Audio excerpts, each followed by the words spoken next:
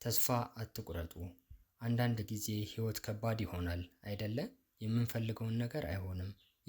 የምናምናቸው ሰዎች ይለወጣሉ። እናም በመጨረሻ መኖር ድክም ይለናል። ምንም ተስፋ እንደሌለን ሰዎች። ነገር ግን ዛሬ በዳግማ ትንሣኤና ከኤማሁስ መንገደኞች ብዙ ነገር እንማራለን። ተስፋ አለ።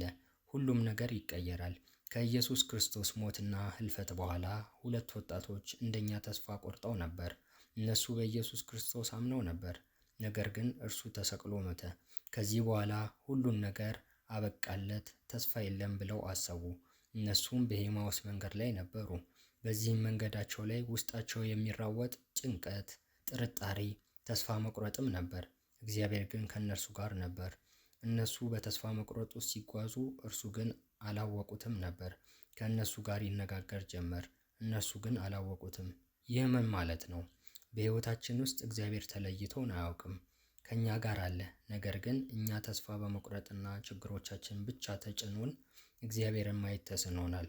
እነዚህ የኤማሁስ መንገደኞች እግዚአብሔር ያወራቸው ጀመር።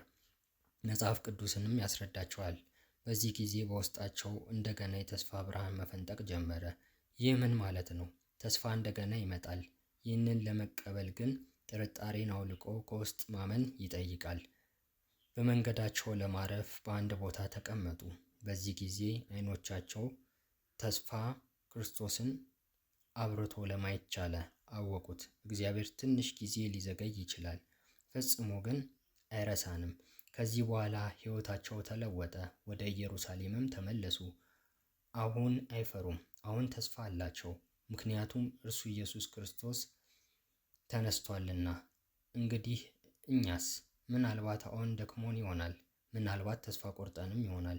ነገር ግን ይህንን እናስታውስ፣ እኛ ብቻችንን አይደለም። እግዚአብሔር ሁል ጊዜ ከእኛ ጋር እንዳለ ማሰብ አለብን። ተስፋ እንደገና ይመጣልና። ተስፋ መድኃኔዓለም ኢየሱስ ክርስቶስ ነውና። ተስፋ አትቁረጡ። ቀን ይመጣል። በርቱ። እናመሰግናለን። ይህ ቪዲዮ ከወደዳችሁት ሼር፣ ሰብስክራይብ በማድረግ የጽማዊ ቤተሰብ ይሁኑ።